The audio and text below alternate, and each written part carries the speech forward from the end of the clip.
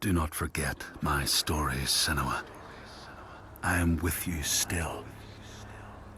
Out of hell you have come, and now find yourself in Midgard, the world of men. Do not think it any less dangerous for that. Your path has taken you far from home, across the boundless sea, and you must go on to the heart of this place, to the heart of man. You have seen how the Northmen journey out to conquer, and this is one of their lands, as icy dark as Niflheim, yet as fiery as Muspel.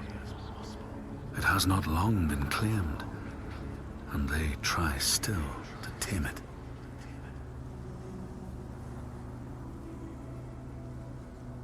The Skald's verse speaks of a man called Grettir the Strong. A strange and bloody life he led. And it happened in this land you have come to.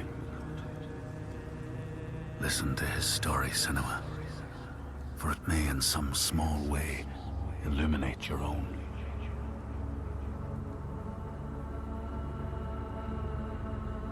The Skalds say that in Grettir's time, a nearby farm was plagued by hauntings. A shepherd called Glamour was killed by some evil force, found dead in the snow, bloated and black. His body could not be taken to burial, because he was held fast to the ground. So it was left. 3 days after his death, the body was missing.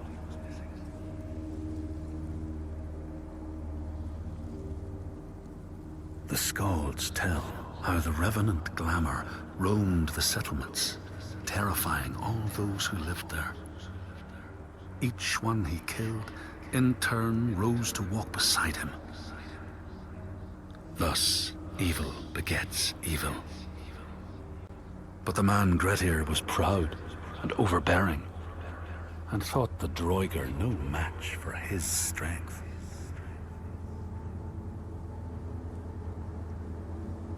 The Skalds say that Grettir fought and killed the Droiger Glamour, but not before Glamour had cursed him.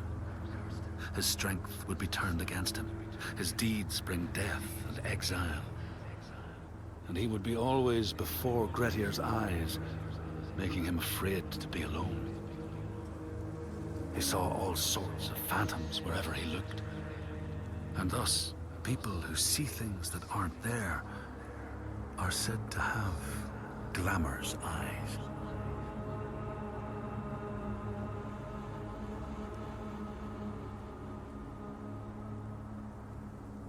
The Skalds tell how in the time of Grettir's kinsman Thorgrim, there was a terrible famine. No crops could be grown, and the fish fled the nets. It lasted years, and the people were desperate. There was no respite even in spring, since terrible gales from the north would rise up and set in for weeks. This is a cold and unforgiving land, Senua.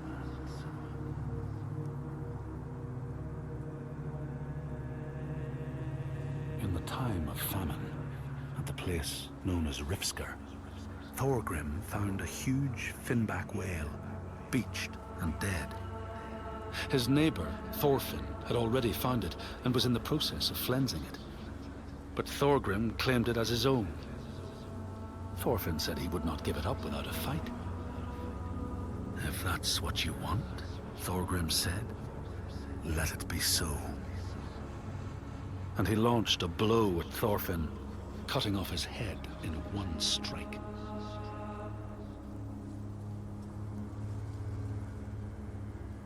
The Skalds say that the neighbors fought, armed only with the knives and axes they had brought to cut up the whale, even picking out the whale ribs to beat down their enemies. Thorgrim's men had loaded their boats with whale meat, but as they went to leave, one of their opponents struck Thorgrim's brother a fatal blow. And this is how hunger fates desperate men to come to blows, striking out against one another to survive.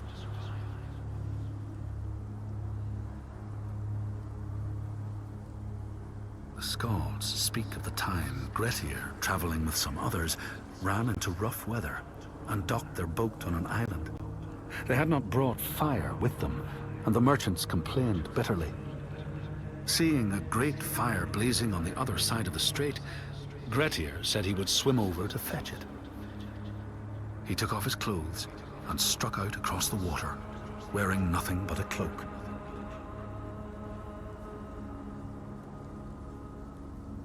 When Grettir came to the farm where the fire was burning, all was peaceful. By the time he reached them, his cloak was frozen stiff, and he looked like nothing more than some huge troll. The frightened farmhands struck out at him with the first things to hand, the burning logs from the fire. Grettir fought them off and got the fire he sought. But the sparks from the logs spread fire all over the house, and nobody survived the blaze.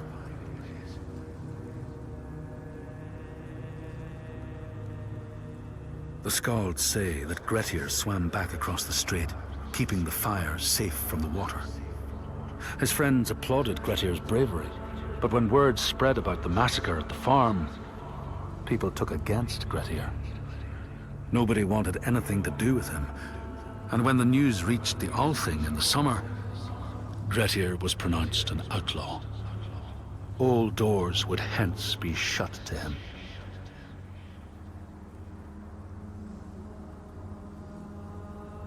The Skalds speak of how Grettir, now an outlaw, took rest on the island of Haramsoy with a man called Audun. Grettir saw a great yellow glow like a fire rising from the ground. Audun told him it was coming from the burial mound of Kar the Old, who ever since he died had haunted the island, and warned him to stay away.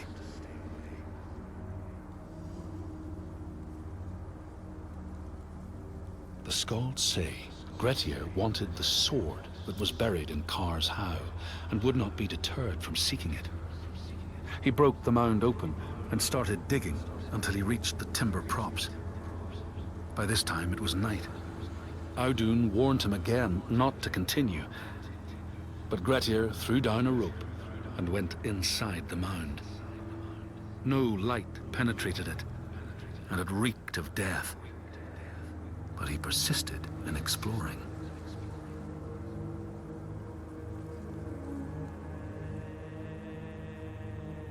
Grettir found the sword he was seeking, Kar's loom, buried in the grave mound. He went to leave, but before he could reach the rope, something grabbed him from behind, and Grettir realized the mound dweller would not let his treasure go. The two fought ferociously until Grettir got the advantage and chopped off the revenant's head. But Kar's loom would prove his undoing, fated to be the sword that killed him.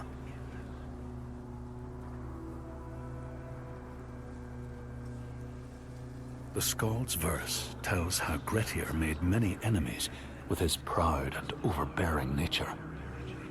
Always quick to anger, his strength and fighting prowess meant that even the most trivial of quarrels met a fatal end. The kinsmen of those he killed or maimed were angry, and because he was an outlaw, no one was allowed to help him.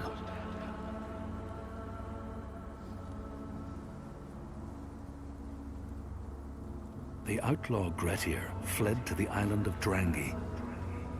His enemies knew he was there, but he was still so strong and fierce, nobody could shift him. Thorbjorn, first among his foe, sent his foster mother to see Grettir. She was a Seithkona, and very wily. She enchanted a tree branch and sent it to wash up on Drangi. Grettir tried to cut it up for firewood, but his axe flew back and struck him in the leg. The wound blackened and festered, and Grettir feared his time was close.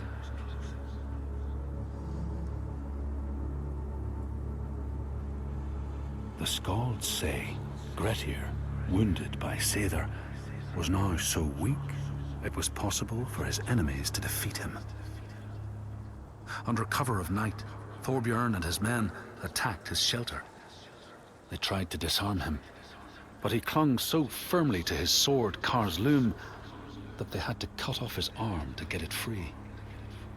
Then they used his sword to cut off his head, and the land's mightiest outlaw was dead.